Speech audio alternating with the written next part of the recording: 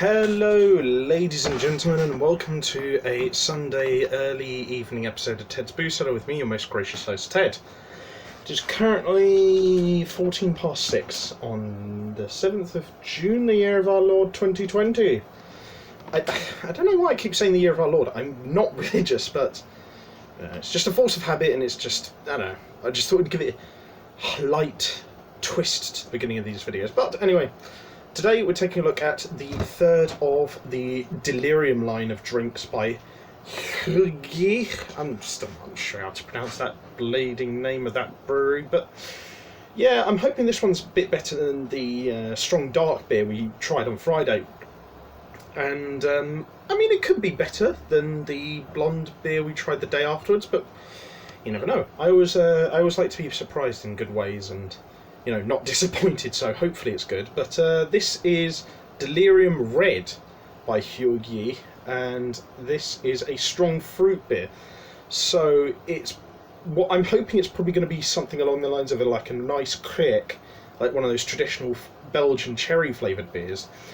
And yeah, it's 8% alcohol volume, so it's a tiny bit weaker than the other two. So yeah, no, I'm looking forward to this. Again, I'll give the design of the bottle and the label an 8 out of 10, although, actually no, for this I'll give it an 8.15. I do slightly like this one a bit more, just because I really like the contrast of like the cream faux pas china sort of covering around the glass bottle, and then the shiny glam sort of like pinkish red sort of label and shininess of that. Like, yeah, looks good. So this was, again, the same price roughly as the other two. I can't remember exactly how much it was, but again, it was somewhere between £3 to £3.30, or somewhere around that region, so it's fairly reasonably priced for the size of this bottle. So yeah, let's give it a sniff and hopefully give ourselves a good first impression.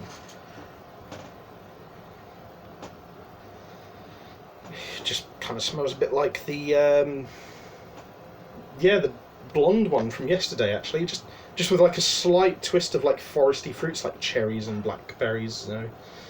Yeah, smells nice. I give the smell like a 9 out of 10. It smells very, very pleasant. Not too pungent in the nostrils either, so you know, it leaves a good general first impression. So I'm hoping for maybe something that's got a kind of a taste between sort of like the richness of the dark beer that we tried on Friday and the blonde beer that we tried the day afterwards, like the haziness and herbal sort of like coriander orange tones of that one yesterday, with a bit more sort of summery, maybe foresty fruits in this one. So that's what I'm hoping for anyway, but as always, we won't know what that actually tastes like until we actually try it. So quick palate cleanser of water first.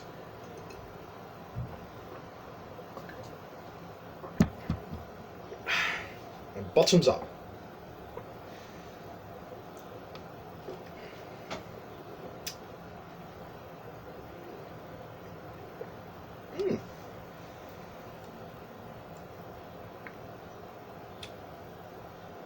Wow. Woo! It's nice. It's nice. It's funny because it has a similar sort of like fruity taste to a lot of those fruit yogurts I used to eat as a kid, like Sky or Fruity ones. But then it's got like, combined with that, there's like this consistent undertone of like Belgian blonde beer which is like got on top of that like this level of sort of like, you know, forest fruit sort of jam, like mellow sweetness, and then on top of that there's like this creamy, smooth, yogurty kind of like texture to it that like kind of rolls out and finishes off the texture and the taste a bit. So no, it's quite an interesting texture. It's like very, very smooth. Yeah, I'd actually have to say, out of the Delirium trio of beers by Huyghe, this is probably the best one, but by a comfortable mile. Like, I know I said yesterday that retrospectively I would give the Nocturnum one, the dark beer, I'd probably only give that about 5.5, maybe at most, and then with the blonde one, I did like the blonde one, and I think I gave that, what was it, a 7.75? This, I don't know.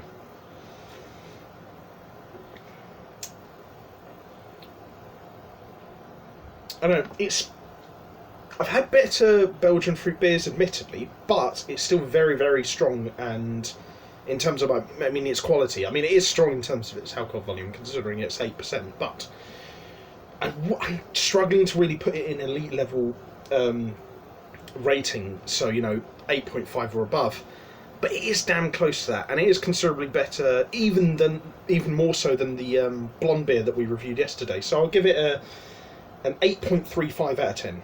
I think an 8.35 out of 10 is probably about right. I think it just maybe needs to sort of like, I think like the fruit aspect of the beer could be slightly stronger, as well as also the Belgian hazy blonde beer taste part of it could also be stronger. Then I'd maybe bump it up to maybe something like an 8.9, maybe a 9 out of 10. But as it is, still an excellent red, strong, fruity beer from Belgium, and one that I would be more than happy to go out of my way to get, not just for other people in the future, but also myself. So, if you guys like this video, leave a like, share and subscribe. If you have any suggestions for future episodes of Ted's Cellar, you know where to leave them in the comment section below, and I'll have a look through them. Can't promise anything, I'll try my best.